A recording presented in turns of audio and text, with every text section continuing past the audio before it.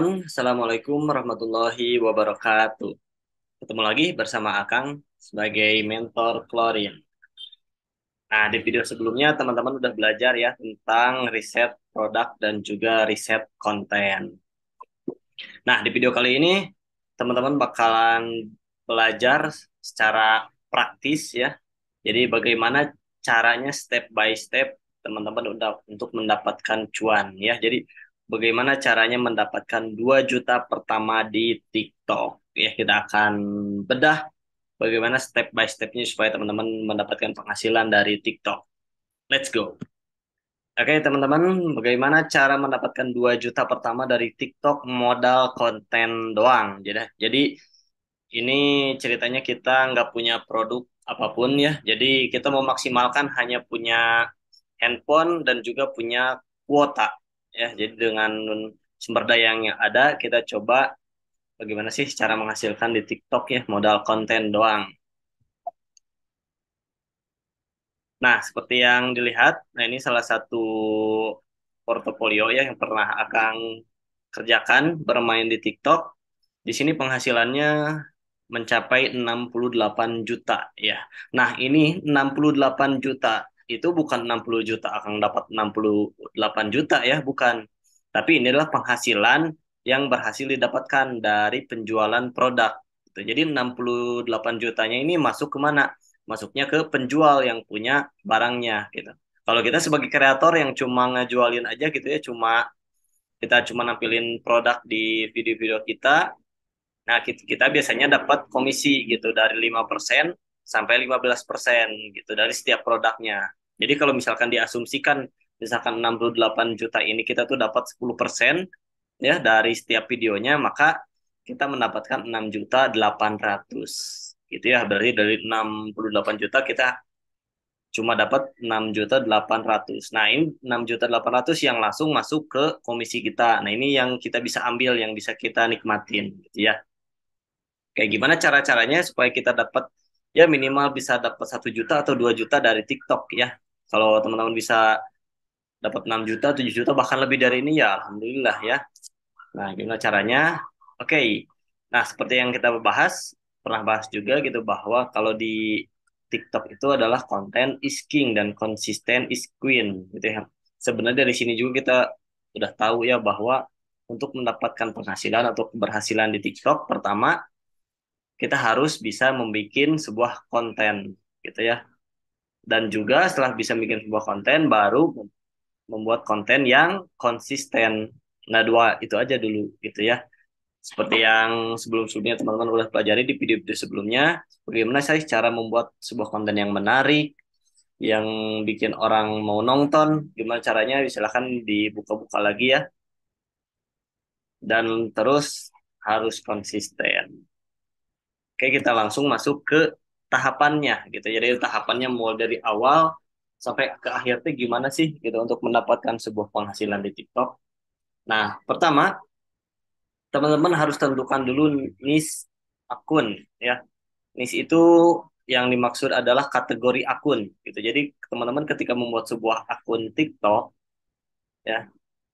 Nah, teman-teman kalau ingin dapat penghasilan itu nggak bisa jadi TikTok pribadi gitu ya. Hanya TikTok pribadi aja nggak bisa, tapi harus spesifik gitu kategori akun teman-teman tuh nanti masuknya bakalan kemana gitu ditentuin dari awal gitu misalkan oh akun TikTok saya mah mau tentang olahraga di dalamnya atau membahas tentang kecantikan tentang home decor misalkan atau tentang personal development atau tentang traveling nah tentuin itu dari awal gitu jadi nanti ketika kita membuat konten-konten kita tuh gak jauh dari kategori-kategori ini kalau kita misalkan kecantikan ya udah di dalamnya kita membahas semuanya tentang kecantikan mungkin dari soal make up ya nanti fashion ya misalkan skincare dan lain-lain gitu jadi tentuin dulu niche teman dari nice akun teman-teman dari awal gitu ya kita pengen kategori akun kita itu apa terus pengen yang dijualnya itu apa nantinya gitu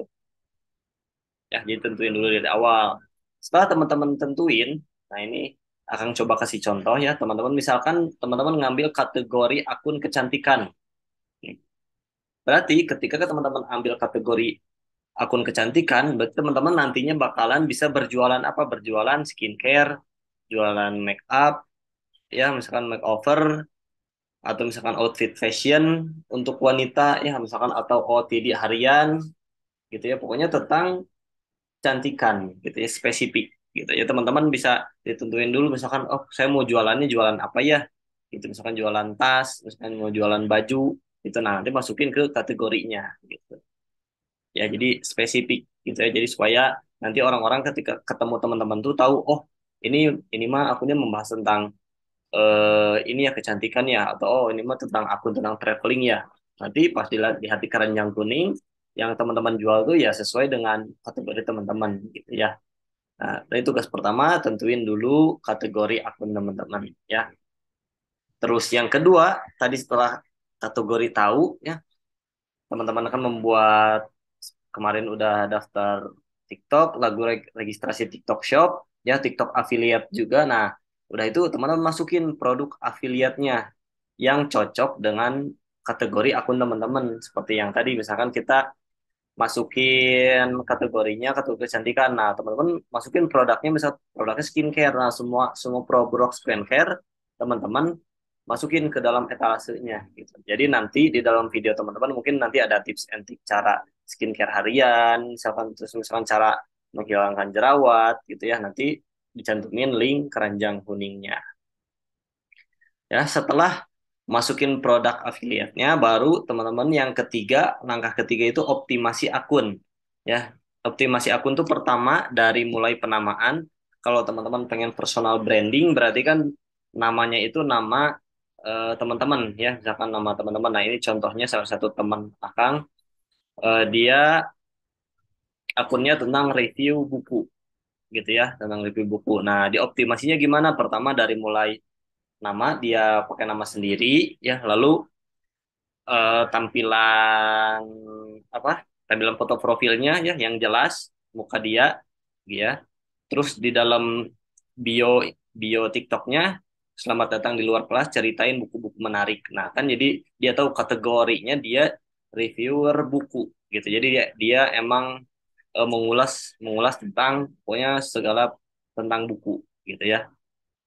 Nah, lalu di keranjang kuningnya dia apa? Menjual buku-buku gitu. Jadi ketika kita menjelaskan review satu buku, dia juga cantumin di setiap videonya tuh link keranjang kuning buku yang dia review gitu. Jadi otomatis dia dapat penghasilan gitu ketika apa yang lihat video mereka tuh misalkan yang suka-suka buku, lalu yang dilihat misalkan ada sampai 1 juta yang nonton, 800 ribu, 900 ribu, nah ini penghasilannya pasti udah gede gitu ya, udah gede banget gitu. Nah, teman-teman jadi coba setelah tadi udah masuk ke produk affiliate, optimasi akunnya gitu ya, dari mulai fotonya supaya jelas ya, di bio-nya tulisin misalkan teman-teman itu tuh, teman-teman tuh siapa gitu, tulisin reviewer buku, misalkan suka jalan-jalan gitu ya, misalkan review tentang produk-produk kecantikan gitu ya, atau OOTD di harian gimana. Nah itu coba dioptimasi, dirapihkan ya akunnya.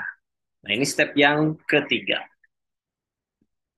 Step yang keempat, teman-teman sekarang udah mulai masuk ke akan membuat sebuah konten ya. Tetapi supaya kontennya lebih maksimal, sebelum membuat konten teman-teman harus buat dulu bikin konten planner ya. Konten planner itu jadi kayak perencanaan konten. Ya contohnya mungkin seperti ini, misalkan teman-teman jadi bikin konten jangan setiap hari mikir bikin kontennya, bikin ya misalnya setiap hari bikin, sekarang pengen bikin konten ini, bikin besoknya mikir lagi. Nah mending teman-teman misalkan bikin dulu misalkan 1 hari perencanaan nih untuk 7 hari ke depan pengen bikin konten apa. Nah teman-teman jadwalin, ini misalkan oh tanggal 1, tanggal 2, tanggal 3, tanggal 4 misalkan mau bikin konten ini, bikin konten ini, bikin konten ini gitu ya.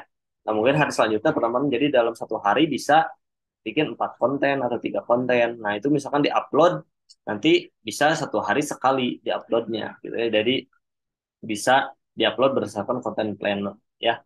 Jadi teman-teman harus dibuat supaya kontennya terencana. Jadi ya, jadi teman-teman nggak terlalu pusing karena punya rencana dari awal pengen bikin konten apa aja ke depan, yang tentu disesuaikan dengan kategori dan juga produk yang tadi telah dipilih ya. Terus step yang terakhir adalah konsisten posting 1 hari 1 video sesuai dengan konten planner dengan menautkan produk di keranjang kuning gitu ya. Jadi setelah teman-teman nanti tadi buat konten planner ya, misalnya satu hari bikin 7 rencana ke depan, lalu buat sebuah konten, nah di postingnya cukup satu hari satu video. Tapi kalau teman-teman bisa lebih, misalkan satu hari 2 video, 3 video, misalkan sampai 6 video, boleh asalkan konsisten. Gitu. Ini yang penting konsistennya teman-teman. Kalau misalnya sekarang hari pertama 6 konten, besoknya bolong, besoknya lagi satu, besoknya lagi bolong. Nah, mending satu hari satu gitu, daripada teman-teman ada tiga, dua tapi nggak konsisten. Jadi mending satu tapi setiap hari konsisten. Dan teman-teman lakuin itu selama 1 bulan, 2 bulan, atau 3 bulan, ya sesuai dengan prosedur teman-teman pembuatan konten yang udah dijelasin di video sebelumnya.